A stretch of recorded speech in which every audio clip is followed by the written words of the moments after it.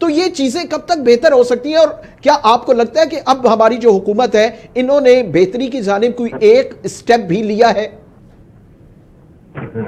دیکھیں یہ میں تو کہتا ہوں اچھا ہے کہ یہ اس جگہ پر دیکھنا شروع کیا ہے جو ہمارے فرینڈلی کنٹریز ہیں. یہ تو مڈ وے ایئر کرافٹ کے اندر ان کنٹریز کے پاس جا رہے تھے جو اپنی پریشانیوں میں economically, namely Turkey and Malaysia اور وہ سب. تو آپ کا 80% جو ریمیٹنس ہے وہ سعودیہ, یو اے ای, امریکہ اور یو کے سے ہے. بالکل. باقی 20% میں پوری دنیا ہے. تو ان سے آپ جھگڑے کر کے بیٹھے ہو, ان سے پنگے لے کر بیٹھے ہو. جو ڈونیشن ہائیسٹ ڈونر کون ہے؟ امریکہ ہے, IMF کا. اس سے آپ پنگا لے کر بیٹھے ہو. ایسے نہیں ہوتا. آپ کا ایک فرینڈلی کنٹری ہے, آپ نصیب دار تھے کہ آپ نے اس ٹائم ارلی 50s میں کارڈ اٹھایا امریکہ کا. اگر آپ USSR کا اٹھا لیتے کارڈ تو اسی ٹائم پاکستان تو بینکرپٹ ہو جاتا. بالکل بالکل. تو ابھی آنے والے وقتوں میں اب کچھ لگتا ہے آپ کو کہ کوئی بہتری کے آثار ہیں؟ اس حکومت کا کردار کہاں دیکھ رہے ہیں آپ ظفر صاحب؟ دیکھیں جب یہ ہوا تھا ہم بینکرپسی کے قریب تھے جی, تو ایک ہم پری بجٹ کے سیشنز ہوتے ہیں آپ کے چینلوں پر. ایک چینل پر ہم سب تھے, میں عارف حبیب, A to Z ہم سب تھے. تو میرا نام زیڈ سے آتا ہے تو الفابیٹیکلی مجھ سے لاسٹ پوچھا جاتا ہے اور بیبی بوائے ہوں اس میں. تو آخری میں آیا, میں نے کہا دیکھیں اسٹارٹ سے اینڈ تک جو ہمارے دوستوں نے بات کی ہے ان کی آپ باڈی لینگویج دیکھو, وہ ایک ہی بات کر رہے کہ IMF سے بات کر لو, IMF سے بات کر لو, IMF سے بات کر لو. کیونکہ ہمیں پتا تھا کہ 25 کروڑ عوام کی جو بینکرپسی ہوگی اس کا کیا اینڈ ریزلٹ ہوگا, اس کا اینڈ ریزلٹ پتہ ہی کسی کو نہیں ہے. 100 سال پہلے جب سلطنت عثمانیہ فیل ہوئی تھی تو آدھی دنیا پر رول کرتے تھے, 29 کروڑ عوام تھی اس میں, لیکن آدھی دنیا کے ریسورسز ان کے ٹیپ تھے. ہم تو یہ چھوٹا سا پٹی دیتے ہیں 25 کروڑ ہو گئے. ابھی کسی کی فیکٹری پر کیا ہے, ہر بھائی کے 5-5, 6-6 بچے ہیں. میں تو سن کر مر گیا کہ یہ کیسے پیسے والے ہوں گے. ٹھیک ہے. اچھا میر صاحب, اب یہ بتائیے کہ تھوڑا سا سیاسی عدم استحکام کا جو ایک لنک کیا جاتا ہے اور بات کی جاتی ہے, کیا سیاسی عدم استحکام کا بھی اس کی جو امپیکٹ آ رہا ہے وہ بھی بہت, ہمیں پہلے سب سے پہلے یہ معاملات بہتر کرنے چاہیے, اس کے بعد کوئی بہتر میسج جو ہے وہ ہم دنیا کو دے سکتے ہیں اپنی اکانومی کو لے کر؟ سیاسی عدم استحکام کی جانب ہم جا نہیں رہے اور ہم اگر چھلانگیں لگا رہے ہیں جیسے سمٹس کی جانب جا رہے ہیں, اب دوسرے ملکوں کو ڈائریکٹ انوائٹ کر رہے ہیں اپنے ملک میں اور سیکورٹی کے حالات ہمارے سامنے, تو کس طرح سے دیکھتے ہیں یہ ساری صورتیں؟ دیکھیے پولیٹیکل انسٹیبلٹی ایسی ہے کہ آپ گھر میں مہمان کو بلائے اور وہاں زلزلہ آ جائے, مہمان بھی گھر سے بھاگیں گے اور میزبان بھی گھر سے نکل کے بھاگے گا. بالکل ایسے.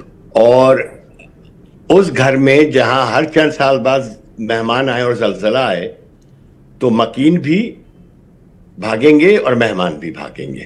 Political instability is like a زلزلہ, اور ہمیں یہ سمجھ ہی نہیں آتا.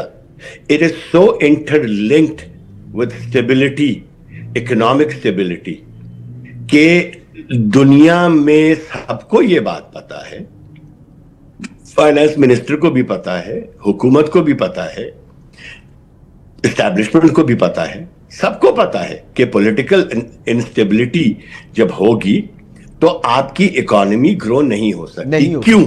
اس لیے کہ ابرپٹلی پالیسیز رک جاتی ہیں, ابرپٹلی پروجیکٹس رک جاتے ہیں, اور تھرڈ ورلڈ کنٹریز میں پالیسیز آر ناٹ پرماننٹ. بالکل. ہمارے پاس تو 40% پالیسیز بھی پرماننٹ نہیں ہے اکنامک. بالکل ایسے کہ جس کے اوپر ایک نیشنل اسمبلی سے ریٹیفیکیشن کروا لیا جائے کہ بھائی یہ 40% پالیسیز چینج نہیں ہوں گی, باقی جو 60% ہے اس سے کھیل کے آپ ملک کو اوپر لے کر آ جائیں, اگر آپ اتنے جینیس پرائم منسٹر ہیں جو بھی ہو وہ. تو پولیٹیکل انسٹیبلٹی کی وجہ سے کرنسی بھی ڈپریشیٹ ہوتی ہے ہماری, ظاہر ہے. فارن ڈائریکٹ انویسٹمنٹ کے پیچھے ہم پڑے رہتے ہیں, وہ بھی نہیں آتا ہے. اور ہم فارن ڈائریکٹ انویسٹمنٹ کون سی ٹیکنالوجی میں کروا رہے ہیں؟ ہم ایسٹس کے اندر فارن ڈائریکٹ انویسٹمنٹ کروا رہے ہیں. ہم کون سی انوویشن میں فارن ڈائریکٹ انویسٹمنٹ کروا رہے ہیں؟ کون سی IT پروڈکٹس ہیں جو ہم تیار کر رہے ہیں نیکسٹ جنریشن کے لیے یا اگلے ویو کے لیے, انٹرنیٹ کے Web 3 کے لیے ڈیولپ کر رہے ہیں, جس کے اندر ہم کہہ رہے ہیں کہ $10 بلین لگائیں. ہم تو معدنیات بیچ رہے ہیں, ہم تو ریفائنریز لگا رہے ہیں, ہم ریفائنری لگا رہے ہیں تاکہ ری ایکسپورٹ ہو وہ آئل. ہمارے یہاں کون سا آئل نکلتا ہے بھائی؟ مطلب ایک کیا مجھے سمجھ نہیں آتی. دیکھیے معیشت کامن سینس ہے, ایک گھر کو چلانا بھی کامن سینس ہے. گھر میں ایک خانسامہ ہوتا ہے, ڈپارٹمنٹ آف فوڈ ہو گیا. گھر میں ایک ڈرائیور ہوتا ہے, ڈپارٹمنٹ آف ٹرانسپورٹیشن ہو گیا. گھر میں ماں ہوتی ہے, شی از دا ہوم منسٹر. گھر میں باپ ہوتا ہے, ہی از لیٹس کال ہم اے پرائم منسٹر. کہنے کا مقصد یہ ہے کہ وہ مائکروس لیول کے اوپر آپ اکانومی چلا رہے ہیں گھر کی, میکرو لیول کے اوپر ملک کی چلاتے ہیں. Of course it's not as easy as running a house, مگر وہاں پہ بھی کامن سینس چاہیے ہوتا ہے, ہمارے یہاں بھی کامن سینس چاہیے ہوتا ہے. ابھی ہم نے ورلڈ بینک سے $10 بلین کا لون اور اپروو کروا لیا ہے 10 سال کے لیے. کہاں سے دیں گے کہاں سے؟ سر ہم تو اس چیز کو کامیابی سمجھتے ہیں. ہماری حکومت تو اس بات پہ مبارکباد دیتی ہے ایک دوسرے کو کہ ہمیں IMF نے قرض دے دیا, ہمیں فلاں ملک نے اتنا قرض دے دیا, ہمیں چائنا نے اتنا قرض دے دیا ہے. اس چیز کو باقاعدہ سیلیبریٹ کیا جاتا ہے اور خوشی منائی جاتی ہے اس پہ سر.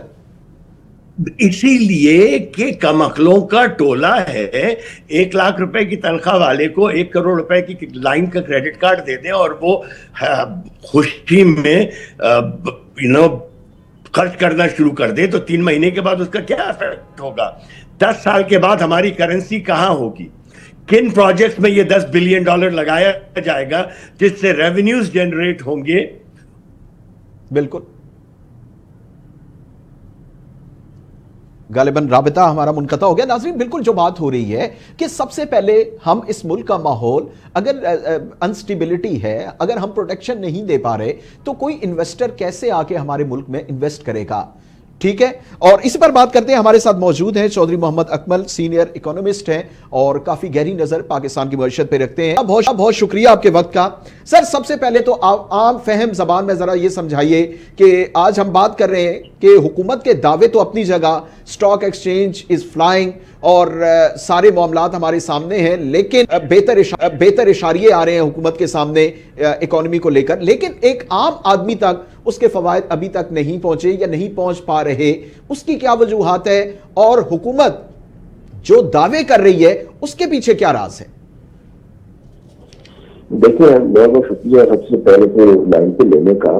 2-3 چیزیں جو ہے نا وہ میں آپ کو کروں کنفرم کہ ایک تو جو حکومت کے دعوے ہیں وہ اپنی جگہ پہ ہیں. سب سے جو کا جو زیادہ جو دعویٰ ہے وہ یہی ہے نا کہ مہنگائی میں انہوں نے کمی کر دی تھی یا مہنگائی کی شرح میں کمی کر دی تھی. تو اب اس میں مہنگائی کی شرح میں کمی کرنے کا جو کریڈٹ ہے وہ حکومت بلا وجہ اس لیے لے رہی ہے کہ انٹرنیشنل مارکیٹ میں پرائسز جو ہے وہ نیچے آئیں گے.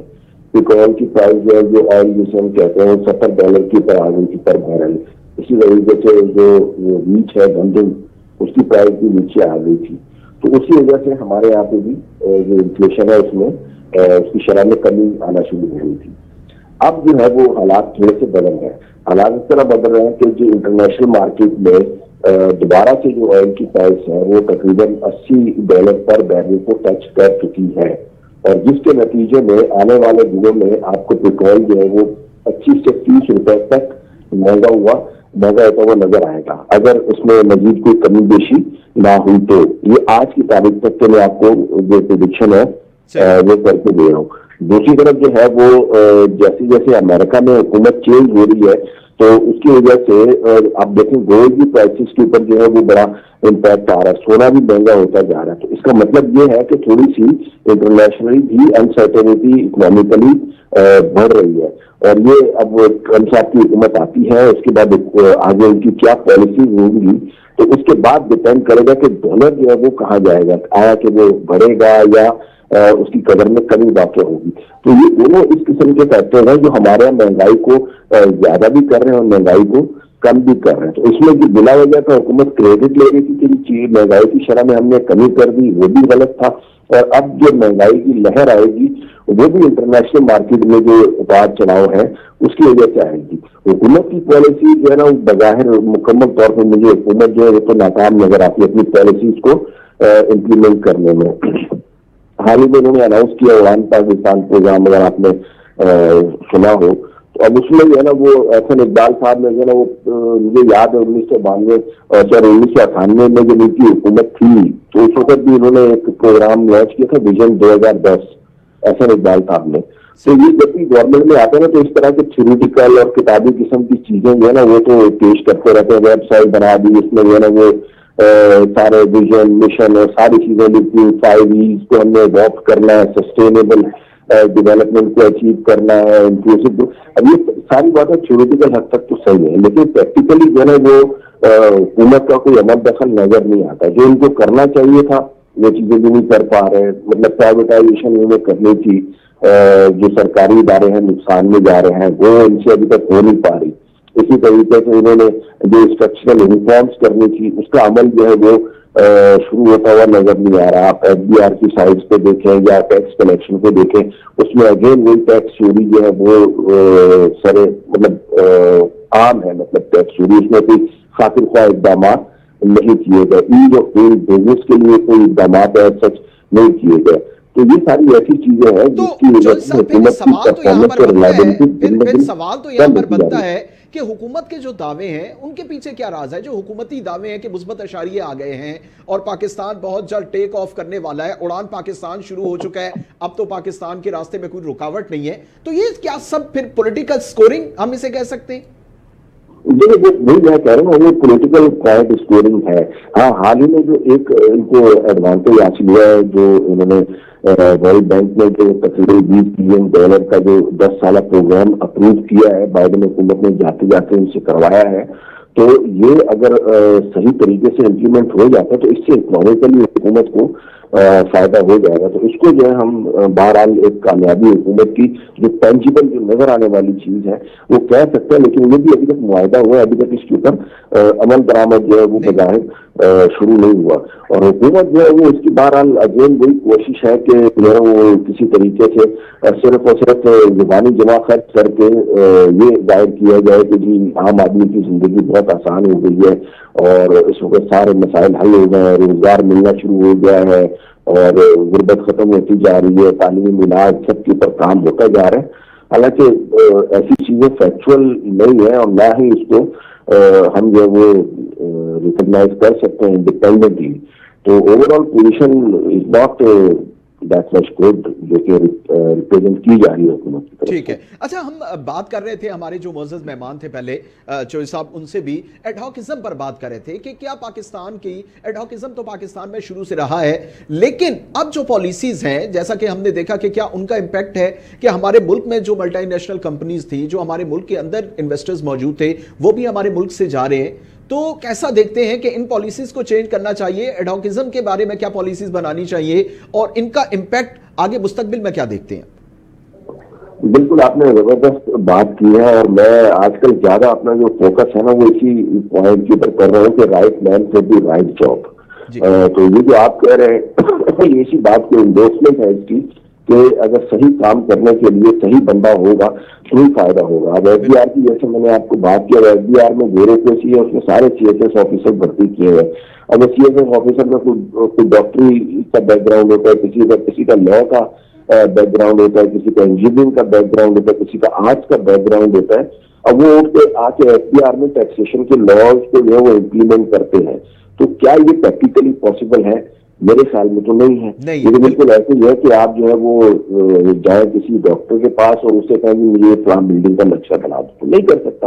اب وہ CSS کلچر میں جو ہے نا وہ ہمارے یہاں پہ تقریباً اچھا میں یہاں پہ CSS جنہوں نے کیا ہوا ہے میں ان بندوں کی جو کمپیٹنسی میں اس کو کوشچن نہیں کر رہا. دے مائٹ بی ایکسپرٹ, وہ ہوشیار ہوں گے, لیکن ہر چیز کے لیے پروفیشنل بندہ ہونا چاہیے. ڈاکٹر ہے تو وہ وہی ڈاکٹری والا ہی کام کرے گا, اس سے آپ ٹیکسیشن کا نہیں کروا سکتے. لیکن یہ CSS کو آل راؤنڈر بنا کے پھر اس کو ایڈمنسٹریشن میں بھی رکھ دیتے ہیں ان کو بیوروکریسی میں ہر محکمے میں حکومت نے بھرتی کیا ہوا ہے.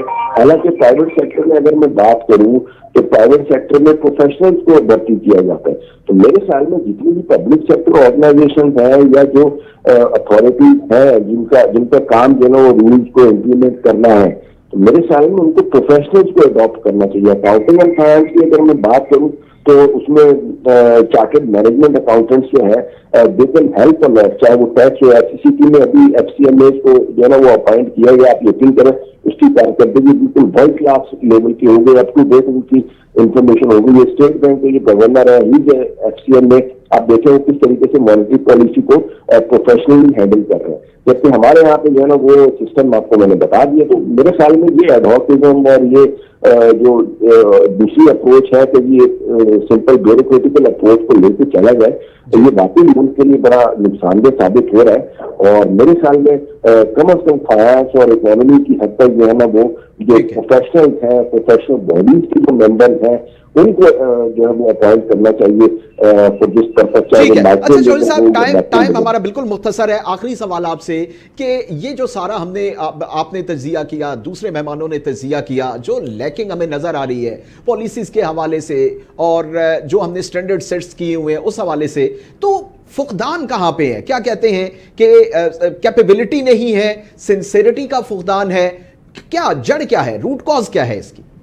اب آپ نے سوال ایسا کر دیا کہ اس کا جواب کے اوپر جو ریسرچ پیپر چھپ چکے ہیں لوگوں کی پوری جو ہے نا وہ عرصہ ہو. سمندر کو کوزے میں بند کریں, سمندر کو کوزے میں بند کریں. جی مختصراً جو ہے نا میں صرف اتنا بتاؤں, ہمارے یہاں کمپیٹنسی کی بھی کمی ہے, right man for the right job کی بھی. دوسری طرف ہمارے یہاں پہ لانگ ٹرم پلاننگ نہیں ہے. ہمارے یہاں جو ہے نا جو ہر حکومت آتی ہے وہ اپنے حساب سے چیزوں کو تھوڑا بہت مینج کرتی ہے, اور جو پبلکلی ویزیبل چیزیں ہوتی ہیں وہ پروجیکٹس کرتی ہے, اور جو پبلکلی ویزیبل چیزیں نہیں ہوتی ان کو چھوڑ دیتے ہیں. یہی وجہ ہے کہ ہم لوگ جو ہے نا وہ لانگ ٹرم ویژن کے تحت ہماری پالیسی کنسسٹنٹ نہیں ہے. تو انویسٹر جو باہر کا ہے وہ بھی ڈرتا ہے, انٹرنل انویسٹر بھی ڈرتا ہے ہمارے یہاں پہ پیسہ لگاتے ہیں. تو سب سے پہلے پالیسیز کو ہمیں اپنا چینج کر کے کریکٹ میجرز کی طرف لے کے جانا ہوگا, اور اس کے بعد تمام سیاسی پارٹیز جتنے بھی اسٹیک ہولڈر ہیں انکلوڈنگ اسٹیبلشمنٹ ان سب کو جو ہے وہ ایک پیج کی پر آنا ہوگا. تو جی 1 یا 10 سالہ 20 سالہ ہمارا یہ ویژن ہے, اور اس کو ہم نے اکنامکلی لے کے چلنا ہے, چاہے کسی کی بھی حکومت آئے چاہے کسی کی بھی حکومت جائے.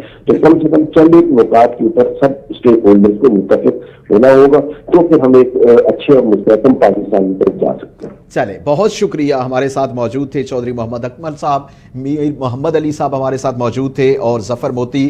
تو سب نے اپنا تجزیہ دیا, لیکن ایک چیز تبوس سب کے سے تجزیہ لینے کے بعد جو نتیجہ میرے سامنے آیا وہ یہ ہے کہ اگر اکانومی کو لے کر لانگ ٹرم پالیسیز بنائی جائیں اور تمام سٹیک ہولڈرز, تمام پولیٹیکل فورسز کو ایک پیج پر لایا جائے اور ایک پیج پر سب آئیں اور مل کر لانگ ٹرم پالیسیز بنائی جائیں, تو شاید اس ملک میں بہت جلد بہت بہتری آ سکتی ہے. آج کے پروگرام سے اتنا ہی, اجازت دیجیے, اللہ نے کے بعد.